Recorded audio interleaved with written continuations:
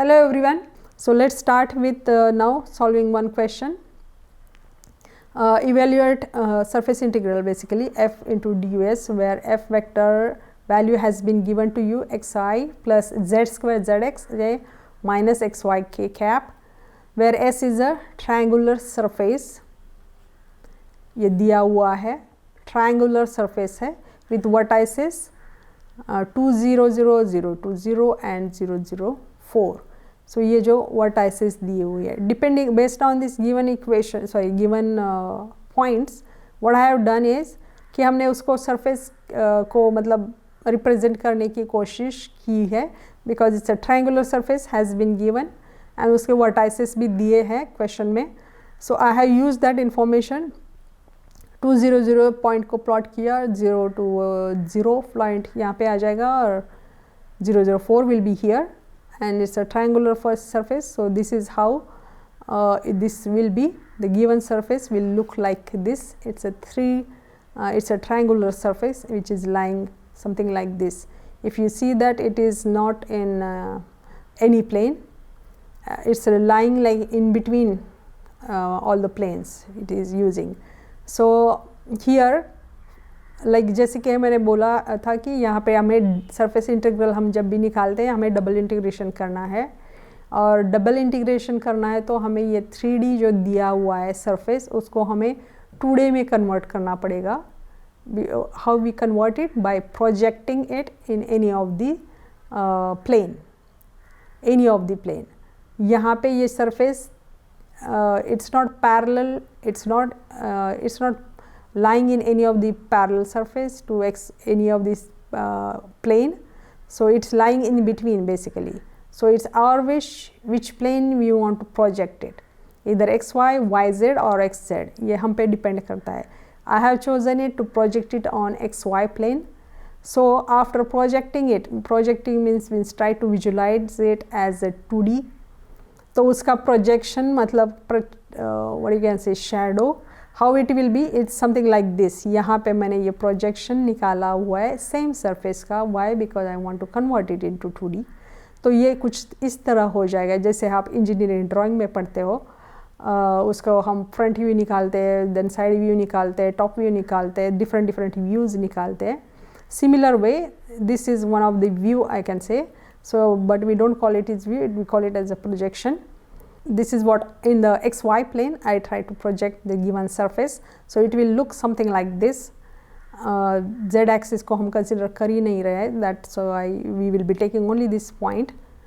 Try to visualize it so it will be clear. And the same thing like Z यहाँ पे मतलब third dimension ही नहीं है, Z को हमने कंसिडर ही नहीं किया है x को, सॉरी Z को. तो from the equation of this surface we have taken that out. So that's why only these two values we have taken it, 2x plus 2y which is equal to 4. We will discuss that more, but यहाँ पे सिर्फ आपको understand करना है कि given surface को project किया हुआ है एक्स वाई प्लेन पे. अगर आप चूज़ करते हो किसी और प्लेन के ऊपर प्रोजेक्ट करना, that is your choice, but the diagram will be little changing over here. So let's start doing with this one. We will try finding ds and then n value, and then we will take the surface integral. So now this is the formula we will be using as we studied earlier. Now if you look at the given surface, they have not given equation of surface, only the points has been given over there. So we have to find the equation of that triangular surface का हमें equation निकालना है. निकालेंगे कैसे उसको? Basically this is the formula, intercept formula बोलेंगे हम इसको. x upon a plus y by b plus z by c which is equal to 1. What is this a b c? That is nothing but the intercept on that particular axis. मतलब a बोले, what is a is given surface का x axis पे जो intercept मतलब कहाँ पे वो touch कर रहा है x axis को.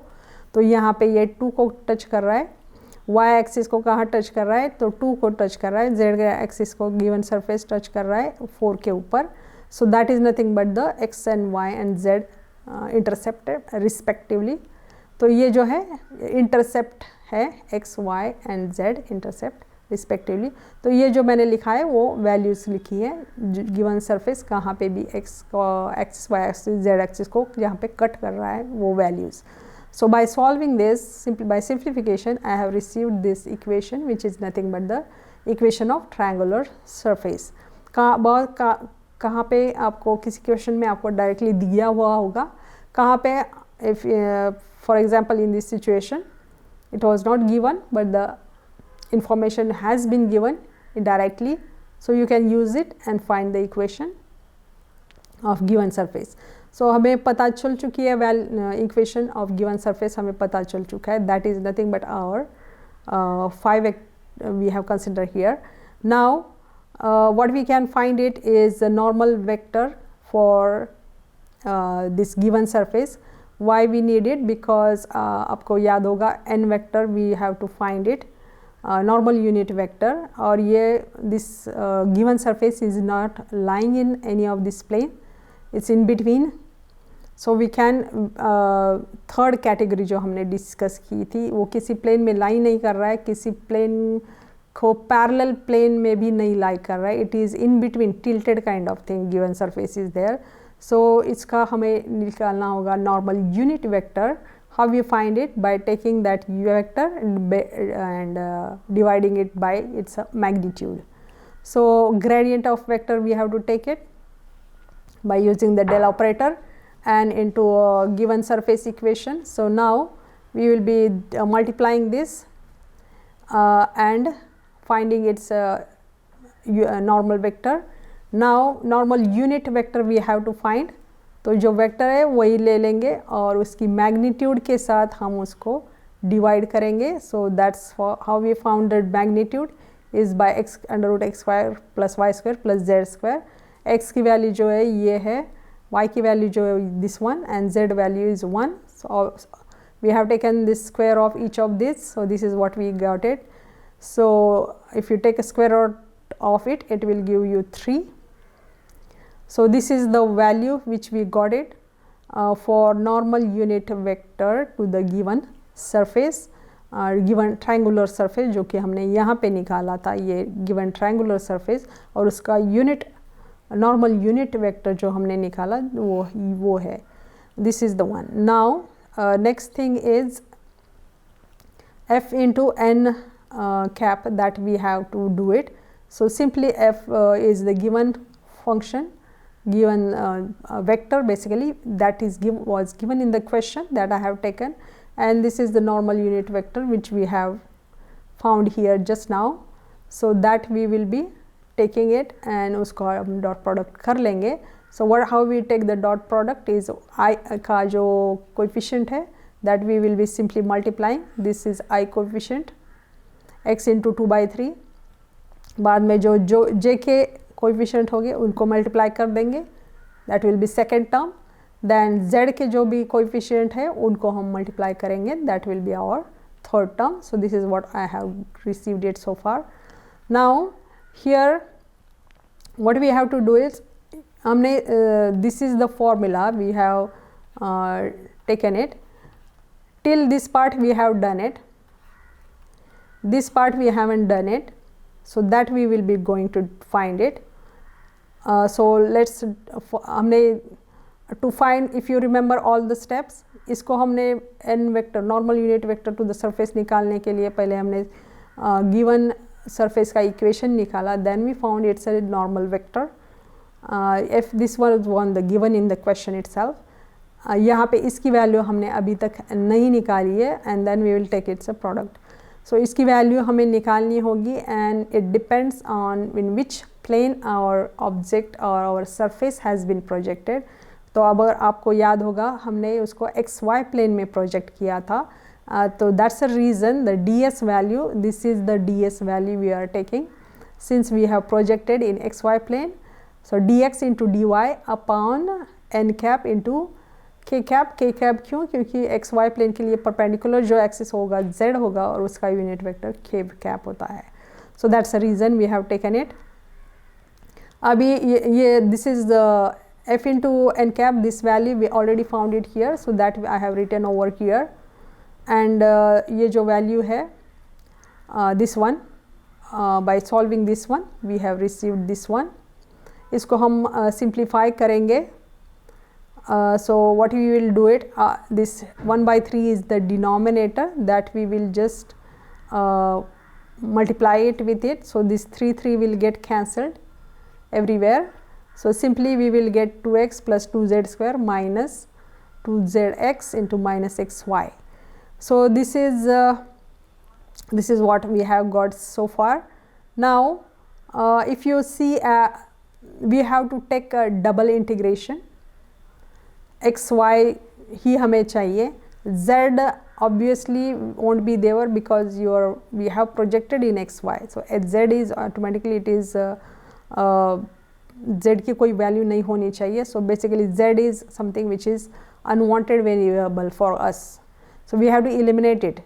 So this point is again it's important क्योंकि हम किस डिपेंड करता है कि आप कौन से प्लेन में सरफेस को प्रोजेक्ट कर रहे हो. I have chosen it to project in xy plane. तो z obviously is unwanted variable है, तो उसको मुझे eliminate करना होगा. How I will eliminate is by using the equation of the surface.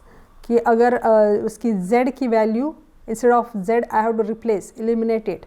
So instead of z I will try to find the value by using the equation of the surface.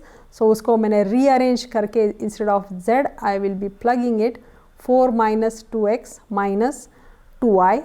So ये मेरा equation आ चुका था given surface का. तो यहाँ पे मैंने simply this z in terms of z I took it. So simply I have shifted the other thing in on the other side, leftover terms, so that whole equation should become in terms of z. And this is what I got it here. Z की value मुझे I have taken it by changing the transforming the term so that I can plug in here z value, and the whole equation will turn into x and y terms, and then it will be good for us to take its a double integration in xy plane, means xyk accordingly. So let's put the z's value in the above equation. तो आपको I think it should be clear this यहाँ पे z की जगह मैं इस equation को लिख रही हूँ यहाँ पे. So the next equation which we will be writing on the next slide, it will be something like this.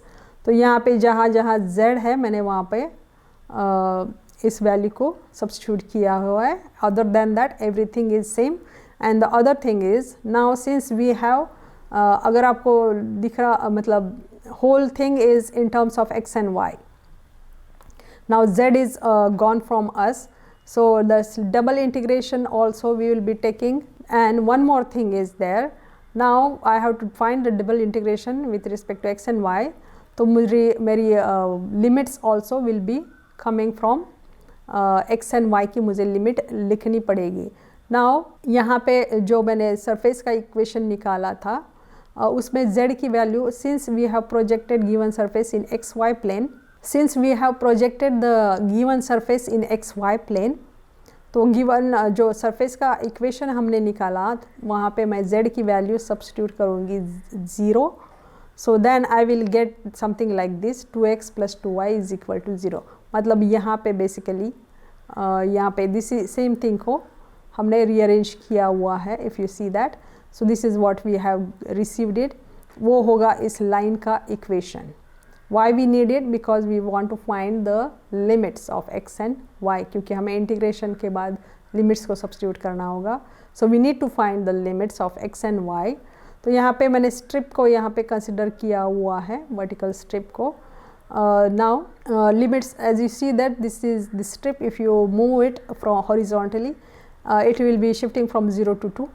So this will become from our x limit.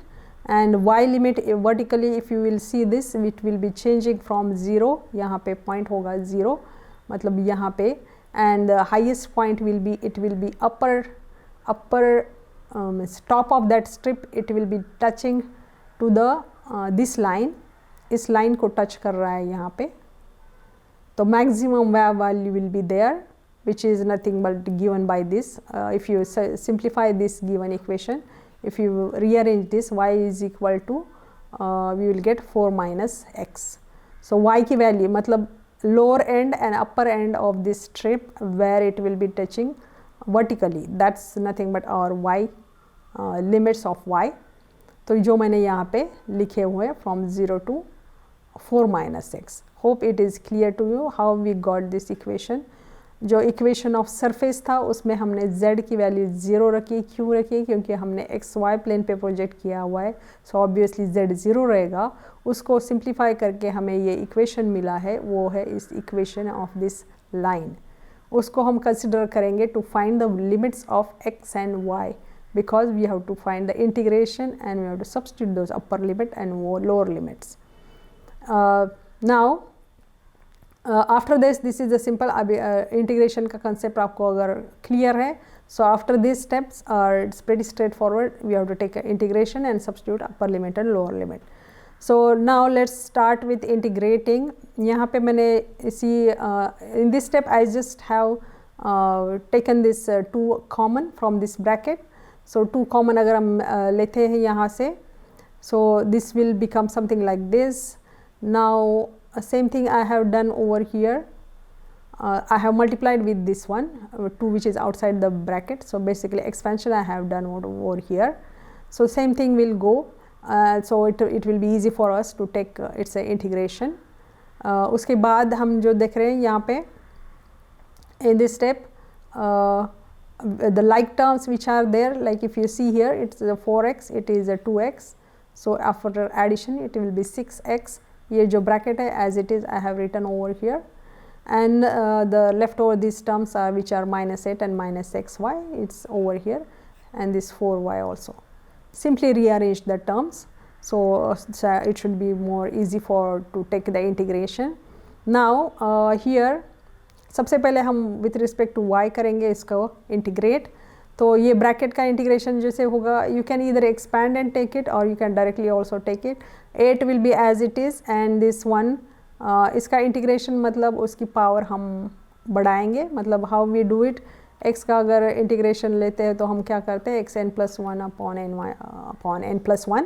So same way इस whole bracket को मैंने as it is रखा है, उसकी power मैंने बढ़ा दी x से and divided by 3 हो जाएगा. And simply since we are doing with respect to y, so y का यहाँ पे derivative होगा integration will be -1, so that's why it is -1 over here. Now similarly here second terms also 6x constant होगा, 1 का integration y हो जाएगा, यहाँ पे 6xy आ गया. Now 4y का integration 4y square upon 2 which is here, xy minus xy का integration minus xy square, and minus 8 का integration minus 8y. Now we have to substitute upper limit and lower limit. y के with respect to हमने किया है integrate, तो obviously we will be keeping the limits of y जो कि यहाँ पे 0 to 4 minus x है. तो upper limit lower limit हम substitute करेंगे next step के ऊपर, जहाँ पे भी y की वैल्यू रहेगी वहाँ पे हम इसको सब्स्टिट्यूट करेंगे. So in the next step I have just simplified this previous equation. Nothing else has been done. Now let's start keeping upper limit and lower limit. So जहाँ पे with respect to y किया तो y की जगह हम उसको रख देंगे. यहाँ पे upper limit मैंने substitute किया है 4 minus x जो कि यहाँ पे है upper limit. जहाँ पे भी यहाँ पे भी y आ चुका है, so 4 minus x, यहाँ पे भी 4 minus x. So this is how, and the lower limit is obviously 0 we will be having. So same thing over here. So हर जगह जहाँ पे भी y basically x 4 minus x we have replaced with it. Now if you have to simplify it, यहाँ पे ये minus x इस bracket को अगर हम solve करते हैं तो this will become something like this one. Focus on this bracket. So ये minus x plus x will be getting cancelled. So and 2 minus 4 will be minus 2 which is over here. So try to just simplify it, nothing else we have done it. We will just multiply with this 6x over here. हो जाएगा 24x, यहाँ पे लिखा है. Now minus 6x square यहाँ पे. Now 2 को multiply करेंगे. First of all we expanded this bracket. So 16 plus x square minus 8x. उसको 2 से multiply outside multiply किया हुआ है. Same way here also it's an expansion. 16 minus x square plus 8x हो जाएगा इसका एक्सपेंशन, इसका 8 से मैंने मल्टीप्लाई किया उस ब्रैकेट को. So this is what we got it. First of all, we will little bit simplify so that it will be very easy for us to integrate with respect to x, because that part is still left over. After simplifying this, I got this one. Simply I have multiplied expansion, I have did it over here. यहाँ पे भी सिर्फ expansion किया है, कुछ इससे ज़्यादा I have not added from my end anything over here. Simply आपको सिंप्लीफाई करना है ताकि वो थोड़ा सिंप्लीफाई होना है, कुछ टर्म्स अगर कैंसिल होते दैट वी हैव टू सी.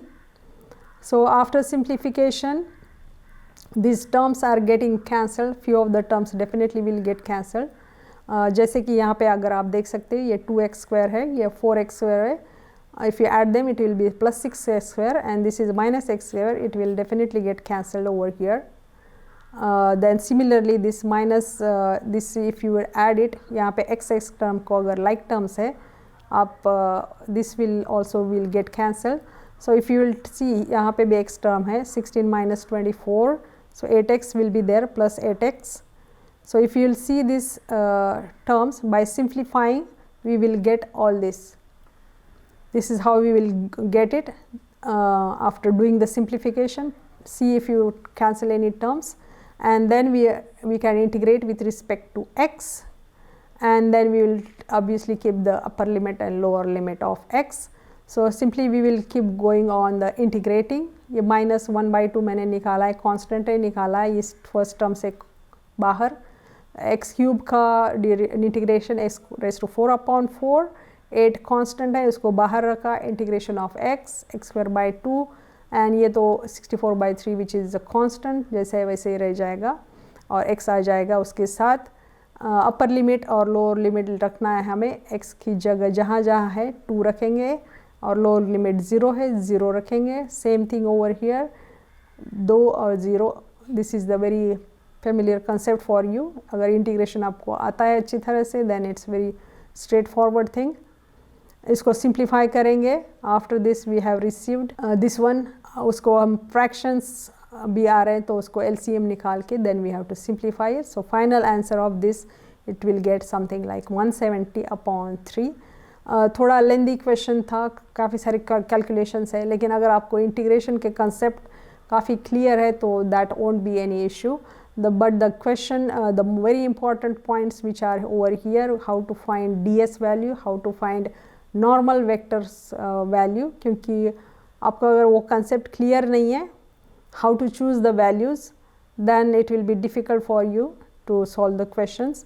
तो जैसे कि मैंने इस यहाँ पे जो इस स्लाइड के ऊपर जो concept बताया था कि how you will take the ds value, it depends करता है कि आपका plane, आपका surface किस तरह से दिया जा चुका है, कौन से प्लेन के ऊपर आप प्रोजेक्ट कर रहे हो उसके ऊपर डिपेंड करता है. और ये n की वैल्यू भी आपकी जो है, ये दो चीज़ें, दो concept, it should be very clear.